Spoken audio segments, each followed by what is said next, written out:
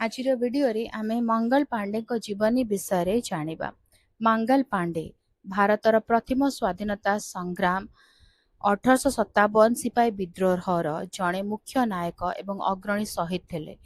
British शासन विरोध में तांकर एकक विद्रोह समग्र भारत रे स्वाधीनता संग्राम र प्रथम बनी प्रज्वलित करथिला। मंगल पांडे 1827 मसीहा जुलाई 19 तारिख रे उत्तर प्रदेश र बलिया जिला अंतर्गत नगवा ग्राम रे एक ब्राह्मण परिवार रे जन्म ग्रहण करथिले। तांको पितांको नाम दिवाकर पांडे एवं मातांको नाम अभयराणी पांडे थिला। से 1849 मसीहा रे ईस्ट इंडिया कंपनी रे सेना रे जोग देइथिले। से बांग्ला नेटिव इनफ्रांट्री रो 34तम रेजिमेंट रे जने सिपाही भाबे कार्यरत थिले। 1856-57 मसीह ब्रिटिश सेना रे एनफिल्ड राइफल नामक एक नूतन बंदूकर प्रचलन करागला। एही बंदूक रे व्यवहृत कैट्रिज को बंदूक करे भरिबा पूर्व दांतरे काटिबाकू पड़ुतला। एही कैट्रिज रे गोरु एवं घुसुरी चर्बी मिश्रित होइतिबा खबर सैनिक मानक मध्य प्रसारित हैला।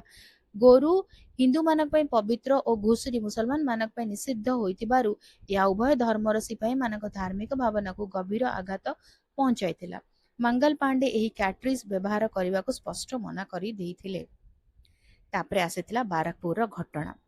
कौन हितला से घटना रे 1857 मसीहा मार्च 29 तारिख रे कोलकाता निकटस्थ बाराकपुर सैन्य छाउनी रे मंगल पांडे इंग्रेज ऑफिसर मानक विरोध रे प्रत्येक विद्रोह घोषणा कले।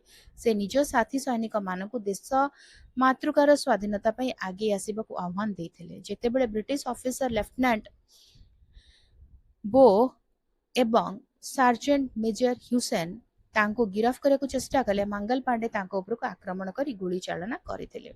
अन्य ब्रिटिश सैनिक माने तांको घेरिबा परे से शत्रु हाथ रे बंदी न हेबा पई निज छाती को गोली करी आत्माहुति देबाकू चेष्टा करथिले। मात्र से गुरुतर आहत होई गिरफ हेले। तांको विरोध रे सामरिक अदालत रे विचार करा जाई फांसी दंडादेश दिया गला।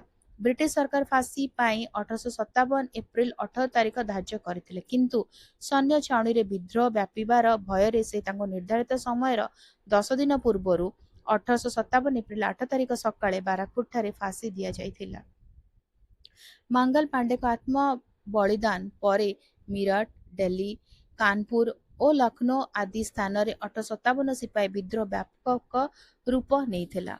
भारत सरकार 1984 मसीह तांको स्मृति रे एक डाक टिकेट जारी करथिले। बाराकपुर ठारे तांको स्मारकी स्थापन करा जायछि जहा मंगल पांडे उद्यान नाम रे परिचित। भारतीय स्वाधीनता संग्राम इतिहास रे मंगल पांडे प्रथम नायक भाबे सदा सर्वदा स्मरणीय होई रहिबे। वीडियो केमती लागला मते कमेंट करके जणाइबो। जदि भलो लागला त टिके लाइक कर दबो। वीडियो को सहित शेयर करो। चैनल को सब्सक्राइब करी बेल आइकन प्रेस करी ऑल नोटिफिकेशन को ऑन रखिता। ताले रहउची देखा आगामी वीडियो रे। नमस्कार।